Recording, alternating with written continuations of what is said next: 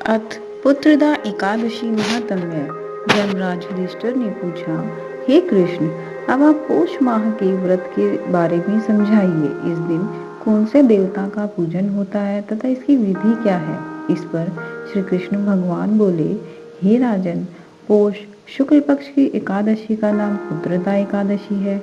इसका पूजन विधि से करना चाहिए। इस व्रत में नारायण भगवान की पूजा करनी चाहिए।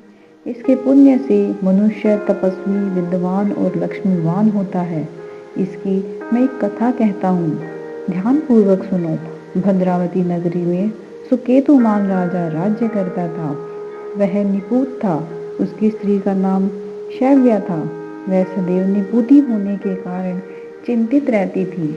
इस पुत्रहीन राजा के पितृ रो रो कर पिंड लेते थे और सोचा करते थे, इसके बाद हमें कौन पिंड देगा। इधर राजा को भी राज्य वैभव से भी संतोष नहीं होता था। इसका एकमात्र कारण पुत्रहीन होना था। वह विचार करता था कि मेरे मरने पर मुझे कौन पिंड देगा। बिना पुत्र के पितरों और देवताओं से उत्तीर्ण नहीं हो सकते।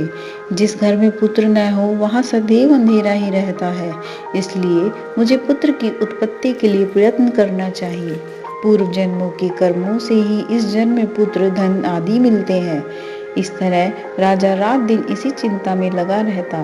एक दिन राजा ने अपना शरीर त्याग देने की सोची, परंतु करने लगा कि आत्मघात करना महापाप है।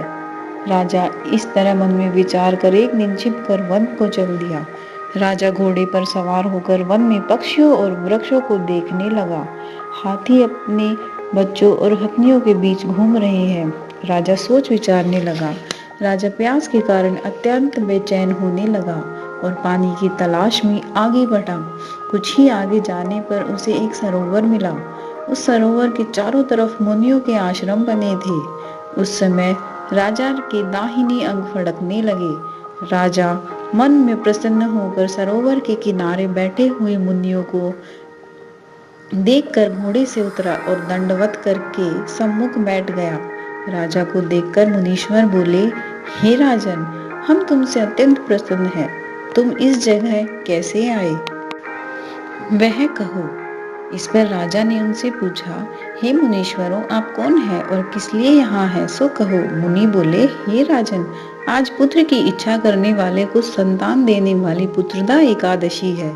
हम लोग विश्वदेव हैं और इस सरोवर पर स्नान करने आए हैं। इस पर राजा बोले, हे मुनीश्वर, मेरे भी कोई पुत्र नहीं है। यदि आप मुझ पर प्रसन्न हो तो एक पुत्र का वरदान दे दीजिए। मुनि बोला, हे राजन, आज पुत्रदा एकादशी है। आप इसका अवश्य ही व्रत करें। भगवान की कृपा से आपके अवश्य ही पुत्र होगी। मुनि के वचनों के अनुसार राजा ने एकादशी का व्रत किया और द्वादशी को पारायण किया और मुनियों को प्रणाम करके अंत में महल को वापिस आया। अंत में रानी ने गर्भ धारण किया और 9 माह के पश्चात उसके एक पुत्र रत्न पैदा हुआ। वह राजकुमार अंत में अत्यंत वीर, धनवान, यशस्वी और प्रजापालक हुआ। श्री कृष्ण भगवान बोले, हे राजन, पुत्र प्राप्ति के लिए